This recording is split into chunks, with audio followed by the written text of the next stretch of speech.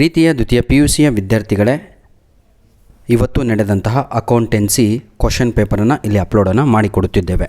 ಬರೀ question paper ಇಲ್ಲ, with key answer ಕೂಡ ನೋಡ್ತಾ ಹೋಗೋಣ. ಬನ್ನಿ sir, without wasting our time. District level second year PUC exam January 2025 ಅಂತ ಇದ್ದರೆ ಇವತ್ತಿನಿಂದೆ ಆಯಿತಾ ಈ ಒಂದು ಪ್ರಶ್ನೆ ಪತ್ರಿಕೆ.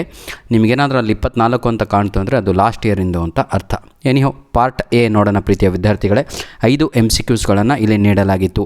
If any partner has advanced some money to the firm beyond the amount of his capital, he shall be entitled to get interest on the amount at the rate of dash ಅಂತ ಇದೆ.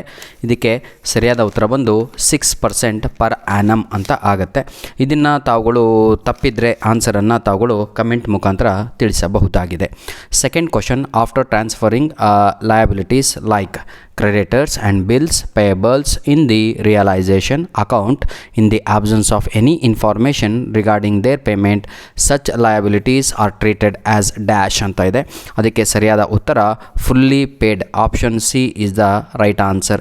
Question number 3, dear children, the amount received in advance is a dash of the company ಅಂತ ಇದೆ ಅಲ್ವಾ, liability. Option A is the right answer. I repeat, first question option C, second question option C, third question option A is the right answer.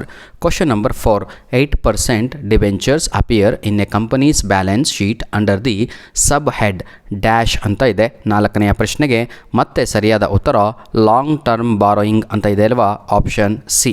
ಏನಾದರೂ ತಪ್ಪಿದರೆ ತಾವುಗಳು comment ಮುಖಾಂತರ ತಿಳಿಸಬಹುದಾಗಿದೆ. Question number 5, the right answer is option A, 25C. Option C, 25% is the right answer. What is the percentage of change ಅಂತ ಇದೆ ಅಲ್ವಾ ಅದು. ಬನ್ನಿ sir, ಈಗ MCQಸ್ಗಳು ಕಂಪ್ಲೀಟ್ ಆಯಿತು. ಈಗ fill in the blanks by choosing the appropriate answer from those given in the brackets ಅಂತ ಇದೆ. 5 ಫಿಲ್ ಇನ್ ದ ಬ್ಲ್ಯಾಂಕ್ಸ್ಗಳನ್ನು ಇಲ್ಲಿ ನೀಡಿದ್ದಾರೆ. General reserve is transform to dash accounts ಅಂತ ಇದೆ ಅಲ್ವಾ, at the time of admission of a new partner ಅಂತ ಇದೆ. ಕ್ವಶನ್ ನಂಬರ್ 6ಕ್ಕೆ ಸರಿಯಾದ ಉತ್ತರ ಬಂದು old partners capital is the right answer. Question number 7, executor's account is generally prepared at the time of dash ಅಂತ ಇದೆ, at the time of death of a partner, death ಆಯಿತಾ. Question number 8, debentures which are transformed by mere delivery are called dash debentures ಅಂತ ಇದೆ. Question number 8ಕ್ಕೆ ಸರಿಯಾದ ಉತ್ತರ ಬಂದು bearer ಅನ್ನುವಂಥದ್ದು ಸರಿಯಾದ ಉತ್ತರ. Question number 9, quick ratio is also known as dash ratio ಅಂತ ಇದೆ. ಅದಕ್ಕೆ ಏನಂತೀರ ಸರ್, ಇದು ಲಿಕ್ವಿಡ್ ಆಯಿತಾ. Liquid ratio is the right answer. Last one my dear children,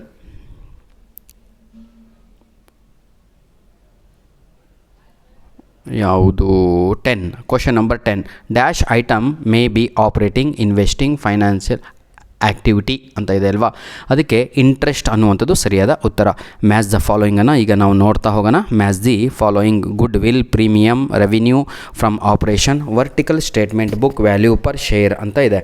ಈಗ ಎ ಆನ್ಸರ್ ಕ್ವಶನಿಗೆ ಸರಿಯಾದ ಉತ್ತರ ಬಂದು intangible asset is the right answer. Second question, premium ಅಂತ ಇದೆ ಅಲ್ವಾ, ಅದಕ್ಕೆ excess amount is the right answer. revenue from operation ಅಂತ ಇದೆ ಅಲ್ವಾ, ಅದಕ್ಕೆ ಸರಿಯಾದ ಉತ್ತರ ಬಂದು ಕ್ವಶನ್ ನಂಬರ್ ಸಿಗೆ sale of products is the right answer. Question number D, vertical statement ಅಂತ ಇದೆ ಅಲ್ವಾ, ಅದಕ್ಕೆ ಆಪ್ಷನ್ 1 ಯಾವುದು, comparative statement is the right answer. Book value per share ಅಂತ ಇದೆ ಅಲ್ವಾ, ಅದಕ್ಕೆ ಆಪ್ಷನ್ ಇ ಇದೆ ಅಲ್ವಾ, ಅದಕ್ಕೆ ಸರಿಯಾದ ಉತ್ತರ ಎಕ್ಸ್ಪ್ರೆಸ್ಡ್ ಇನ್ ರುಪೀಸ್ ಅನ್ನುವಂಥದ್ದು ಸರಿಯಾದ ಉತ್ತರ. ಧನ್ಯವಾದಗಳು. ಏನಾದರೂ ತಪ್ಪಿದ್ದಲ್ಲಿ ಪ್ರೀತಿಯ ವಿದ್ಯಾರ್ಥಿಗಳೇ ತಾವು ಕಮೆಂಟ್ ಮುಖಾಂತರ ಅದನ್ನು ತಿದ್ದಬಹುದಾಗಿದೆ. Answer the following questions in 1 word or 1 sentences each ಅಂತ ಇದೆ. ಈ ಒಂದು ಪ್ರಶ್ನೆ ಪತ್ರಿಕೆಯಲ್ಲಿ ಇರುವಂಥದ್ದು ಎಲ್ಲ ಬಹಳ ಇಂಪಾರ್ಟೆಂಟ್ ಕ್ವಶನ್ಸ್ಗಳಿದ್ದಾವೆ. ನಾನು ನಿಮಗೆ ಪದೇ ಪದೇ ಹೇಳ್ತಾ ಇದ್ದೆ, ಮಾಡಲ್ ಕ್ವಶನ್ ಪೇಪರು ಗೌರ್ಮೆಂಟ್ ವತಿಯಿಂದ ಕೊಟ್ಟಿರುವಂಥದ್ದು, PUC ಬೋರ್ಡ್ ವತಿಯಿಂದ model question paper 1, model question paper 2 and 3 ಮೂರೂ ಸಾಲ್ವ್ ಮಾಡಿರಿ, ಈಸಿ ಆಗುತ್ತೆ ಪೇಪರು ಅಂತ. ಇವತ್ತು ಮ್ಯಾಥ್ಸ್ ಪೇಪರಲ್ಲೂ 3 ಪೇಪರಿಂದ ಬಂದಿತ್ತು. ಕನ್ನಡ ನೆನ್ನೆ ನಾನು ಅಪ್ಲೋಡ್ ಮಾಡಿದ್ದು ಹಾಗೇ ಬಂದಿತ್ತು. ಅದಕ್ಕಾಗಿ ಹೇಳ್ತಿರುವಂಥದ್ದು, ಮುಂದಿನ ಪರೀಕ್ಷೆಗಳಿಗೆ ಮೊದಲು ಆ ಮಾಡಲ್ ಕ್ವಶನ್ ಪೇಪರ್ 1, 2, 3 ಇದೆಲ್ವ ಅದನ್ನು ಸಾಲ್ವ್ ಮಾಡ್ಕೊಳ್ಳಿ. Write the formula of sacrificing ratio ಅಂತ ಇದೆಲ್ವ, ಅದಕ್ಕೆ ಓಲ್ಡ್ ರೇಷಿಯೋ ಮೈನಸ್ ಏನಂತೀರ ಸರ್ ಇದು ನ್ಯೂ ರೇಷಿಯೋ ಆಯಿತಾ. Question number 13, increase in the value of asset is debited to revaluation account, state the true or false ಅಂತ ಇದೆ. ಅದು ಫಾಲ್ಸ್ ಅನ್ನುವಂಥದ್ದು ಸರಿಯಾದ ಉತ್ತರ. ಒಂದು ಪ್ರಶ್ನೆ ನಿಮಗಾಗಿ ಕೊಡ್ತೇನೆ, ಎಕ್ಸ್ಪ್ಯಾಂಡ್ OPC ಅಂತ ಇದೆ ಅಲ್ವಾ, ಅದನ್ನು ನೀವೇ ನನಗೆ ಕಮೆಂಟಲ್ಲಿ ತಿಳಿಸಬೇಕು. Question number 15, state any one user of financial analysis ಅಂತ ಇದೆ. The right answer is investors economist ಅನ್ನುವಂಥದ್ದು ಸರಿಯಾದ ಉತ್ತರ. Question number 16, give an example for investing activities ಅಂತ ಇದೆ. ಅದಕ್ಕೆ ಸರಿಯಾದ ಉತ್ತರ ಪರ್ಚೇಸ್ ಆಫ್ ಫಿಕ್ಸ್ಡ್ ಅಸೆಟ್ ಅನ್ನುವಂಥದ್ದು ಸರಿಯಾದ ಉತ್ತರ. ಧನ್ಯವಾದಗಳು ಪ್ರೀತಿಯ ವಿದ್ಯಾರ್ಥಿಗಳೇ. ಕ್ವಶನ್ ಪೇಪರನ್ನು ಸಂಪೂರ್ಣವಾಗಿ ನೋಡ್ಕೊಂಡ್ರೆ ಬಹಳ ಹೆಲ್ಪ್ ಆಗುತ್ತೆ ನಿಮಗೆ. ಯಾಕಂದರೆ ಇವೆಲ್ಲ ಕ್ವಶನ್ಸ್ಗಳು ಆಯಿತಾ ರಿಪೀಟ್ ಆಗಿರುವಂಥದ್ದು ಇಂಪಾರ್ಟೆಂಟ್ ಕ್ವಶನ್ಸು. ನಿಮ್ಮ ಮಾಡೆಲ್ ಕ್ವಶನ್ ಪೇಪರು ಪ್ರಶ್ನೆಗಳಾಗಿರ್ಬೋದು, ಇದಾಗಿರ್ಬೋದು, ಎಲ್ಲವೂ ಕೂಡ ನಿಮ್ಮ ಎಕ್ಸಾಮಿಗೆ ಹೆಲ್ಪ್ ಆಗುತ್ತೆ. ಇನ್ನೊಂದು ಮುಖ್ಯವಾದ ವಿಷಯ ಪ್ರೀತಿಯ ವಿದ್ಯಾರ್ಥಿಗಳೇ, ಈ ವಿಡಿಯೋದ ಡಿಸ್ಕ್ರಿಪ್ಷನ್ ಬಾಕ್ಸಲ್ಲಿ ನಿಮಗೆಲ್ಲರಿಗೂ ಕೂಡ ಸೆಕೆಂಡ್ ಇಯರ್ PUCಯ ಫುಲ್ ಗ್ರಾಮರ್, ಯಾರಿಗೆ ಗ್ರಾಮರ್ ಡೌಟ್ ಇದೆಯೋ, ಗ್ರಾಮರಲ್ಲಿ ಪ್ಯಾಸಿವ್ ವಾಯ್ಸು, ಗ್ರಾಮರಲ್ಲಿ ಡೈಲಾಗ್ ರೈಟಿಂಗ್, ಗ್ರಾಮರಲ್ಲಿ ಡೈರೆಕ್ಟ್ ಆ್ಯಂಡ್ ಇಂಡೈರೆಕ್ಟ್ ಸ್ಪೀಚು, ಗ್ರಾಮರಲ್ಲಿ ಲೆಟರ್ ರೈಟಿಂಗು ಅಥವಾ ಪ್ರಿಫಿಕ್ಸು ಸಫಿಕ್ಸು, ಯಾರಿಗೆಲ್ಲ ಡೌಟ್ ಇದೆಯೋ ನಿಮಗಾಗಿಯೇ ನಾನು ಇದೇ ವಿಡಿಯೋದ ಡಿಸ್ಕ್ರಿಪ್ಷನ್ ಬಾಕ್ಸಲ್ಲಿ ಸಪ್ರೇಟಾಗಿ ಲಿಂಕ್ಸ್ಗಳನ್ನು ನೀಡಿರ್ತೇನೆ ಟಾಪಿಕನ್ನು ಬರೆದು. ರೀಸನ್ ಇಷ್ಟೇ, ನಾನು ದಿನ ಒಂದು 10 ವಿಡಿಯೋ ಅಪ್ಲೋಡ್ ಮಾಡೋದರಿಂದ ನಿಮಗೆ ಅದು ಒಂದು 200-300 ವಿಡಿಯೋ ಹುಡುಕ್ಲಿಕ್ಕೆ ಆಗಲ್ಲ. ನಿಮಗೆ ತೊಂದರೆ ಆಗಬಾರ್ದು ಅಂತ ದೃಷ್ಟಿಕೋನದಿಂದ ಈ ವಿಡಿಯೋದ ಡಿಸ್ಕ್ರಿಪ್ಷನ್ ಬಾಕ್ಸಲ್ಲಿ ಇಂಗ್ಲೀಷ್ ಸಬ್ಜೆಕ್ಟ್ ಲ್ಯಾಂಗ್ವೇಜಿನ ಪ್ರತಿಯೊಂದು ಇಂಪಾರ್ಟೆಂಟ್ ಕ್ವಶನ್ಸು ಚಾಪ್ಟರ್ ವೈಸು ನಿಮಗೆ ಅಪ್ಲೋಡನ್ನು ಮಾಡಿರುವಂಥ ಲಿಂಕ್ಸ್ಗಳನ್ನು ನೀಡಿರ್ತೇನೆ.